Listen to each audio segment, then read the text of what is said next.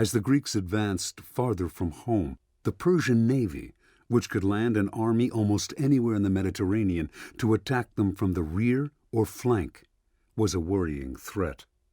Before Alexander set out on his expedition, many had advised him to build up the Greek navy and take the battle to the Persians by sea as well as land. Alexander ignored them. Instead, as he passed through Asia Minor and then along the coast of Phoenicia, he simply captured Persia's principal ports, rendering their navy useless. These small victories, then, had a greater strategic purpose. Even so, they would have meant little had the Greeks been unable to defeat the Persians in battle, and Alexander seemed to be making that victory more difficult. The Persian king, Darius, was concentrating his forces east of the Tigris River. He had numbers and his choice of location, and could wait in ease for Alexander to cross the river. Had Alexander lost his taste for battle? Had Persian and Egyptian culture softened him? It seemed so.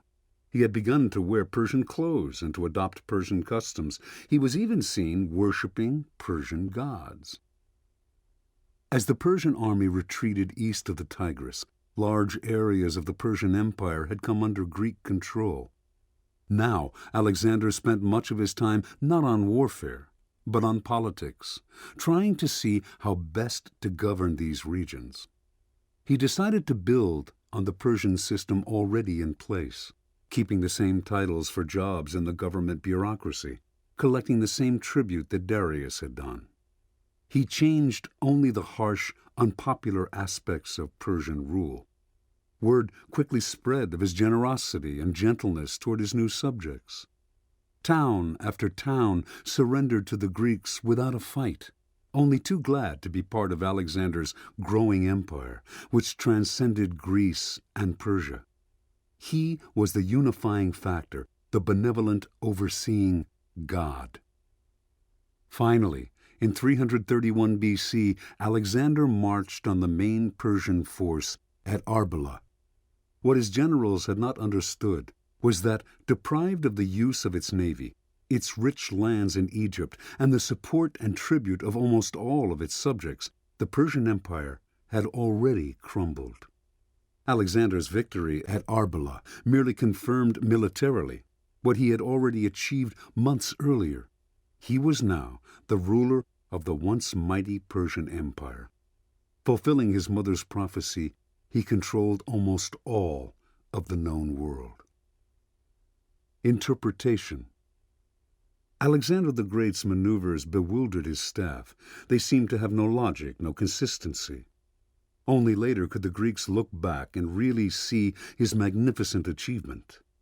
The reason they could not understand him was that Alexander had invented a whole new way of thinking and acting in the world, the art of grand strategy.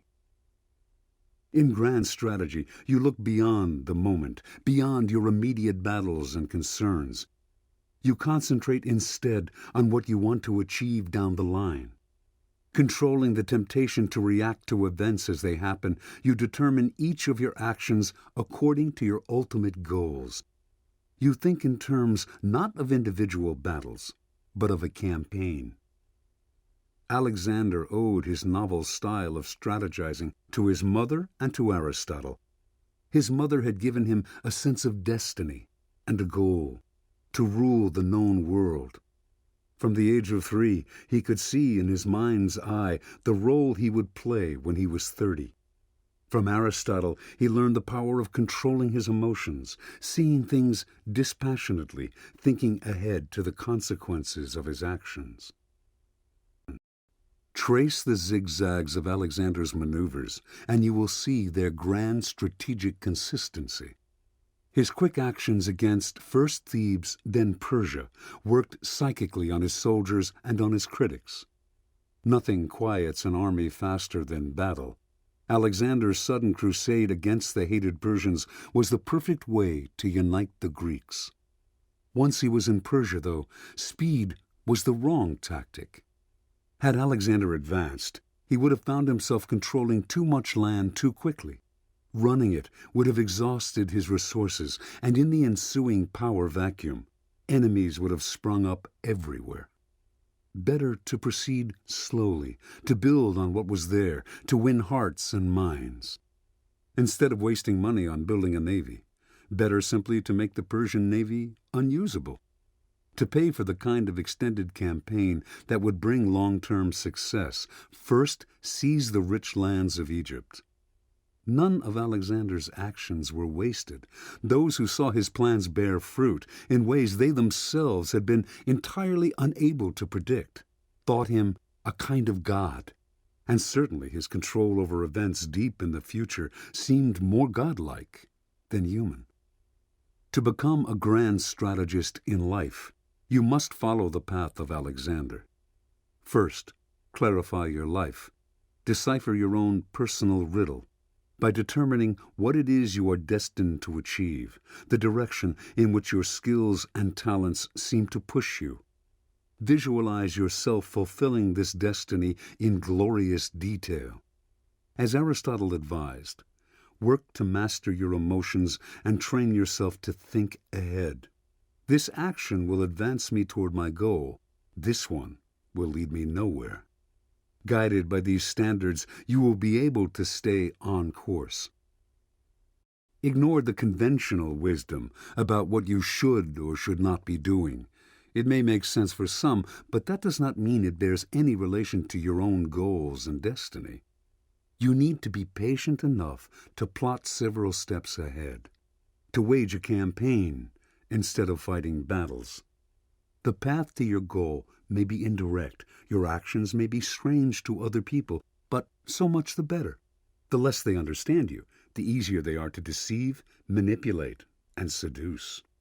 Following this path, you will gain the calm, Olympian perspective that will separate you from other mortals, whether dreamers who get nothing done, or prosaic, practical people who accomplish only small things. Keys to warfare. Military history shows that the key to grand strategy, the thing that separates it from simple garden variety strategy, is its particular quality of forethought. Grand strategists think and plan further into the future before taking action. Nor is their planning simply a matter of accumulating knowledge and information. It involves looking at the world with a dispassionate eye, thinking in terms of the campaign, planning indirect, subtle steps along the way whose purpose may only gradually become visible to others. Not only does this kind of planning fool and disorient the enemy, for the strategist, it has the psychological effects of calm, a sense of perspective, flexibility to change in the moment while keeping the ultimate goal in mind. Emotions are easier to control. Vision is far-seeing and clear. Grand strategy is the apex of rationality. Grand strategy has four main principles, distilled here from case histories of the most successful practitioners of the art. The more you can incorporate these principles into your plans, the better the results. Focus on your greater goal, your destiny. The first step toward becoming a grand strategist, the step that will make everything else fall into place, is to begin with a clear, detailed, purposeful goal in mind, one rooted in reality. We often imagine that we generally operate by some kind of plan, that we have goals we are trying to reach. But we're usually fooling ourselves. What we have are not goals, but wishes. Our emotions infect us with hazy desire. We want fame, success, security, something large and abstract. This haziness unbalances our plans from the beginning and sets them on a chaotic course. What have distinguished all history's grand strategists, and can distinguish you too, are specific, detailed, focused goals. Contemplate them day in and day out, and imagine how it will feel to reach them, and what reaching them will look like. By a psychological law peculiar to humans, clearly visualizing them this way will turn into a self-fulfilling prophecy. Clear, long-term objectives give direction to all of your actions, large and small. Important decisions become easier to make. If some glittering prospect threatens to seduce you from your goal, you will know to resist it. You can tell when to sacrifice a pawn, even lose a battle, if it serves your eventual purpose. Your eyes are focused on winning the campaign and nothing else. Widen your perspective. Grand strategy is a function of vision, of seeing further in time and space than the enemy does. The process of foresight is unnatural. We can only ever live in the present, which is the ground for our consciousness, and our subjective experiences and desires narrow the scope of our vision. They are like a prison we inhabit. Your task as a grand strategist is to force yourself to widen your view, to take in more of the world around you, to see things for what they are and for how they may play out in the future, not for how you wish them to be. You can take a step in this direction by always trying to look at the world through the eyes of other people, including, most definitely, your enemy, before engaging in war. Your own cultural preconceptions are a major hindrance to seeing the world objectively. Looking through other people's eyes is not a question of political correctness or of some soft, hazy sensitivity. It makes your strategies more effective. Grand strategists keep sensitive antennae attuned to the politics of any situation. Politics is the art of promoting and protecting your own interests. Your behavior in the world always has political consequences, in that the people around you will analyze it in terms of whether it helps or harms them. To win the battle at the cost of alienating potential allies or creating intractable enemies is never wise. Sever the roots. In a society dominated by appearances, the real source of a problem is sometimes hard to grasp. To work out a grand strategy against an enemy, you have to know what motivates him or is the source of his power. Too many wars and battles drag on because neither side knows how to strike at the other's roots. As a grand strategist, you must expand your vision not only far and wide, but under. Think hard, dig deep. Do not take appearances for reality. Uncover the roots of the trouble, and you can strategize to sever them, ending the war or problem with finality. A part of grand strategy related to severing the roots is seeing dangers as they start to sprout, then cutting them down before they get too big to handle. A grand strategist knows the value of preemptive action. Take the indirect route to your goal. The greatest danger you face in strategy is losing the initiative and finding yourself constantly reacting to what the other side does. The solution, of course, is to plan ahead, but also to plan subtly, to take the indirect route. Preventing your opponent from seeing the purpose of your actions gives you an enormous advantage. So make your first move merely a setup, designed to extract a response from your opponent that opens him up to what comes next. Hit him directly, and he reacts, taking a defensive pose that may allow him to parry your next blow. But if he can't see the point of your strike, or if it misleads him as to where the next one will come from, he is defenseless and blind.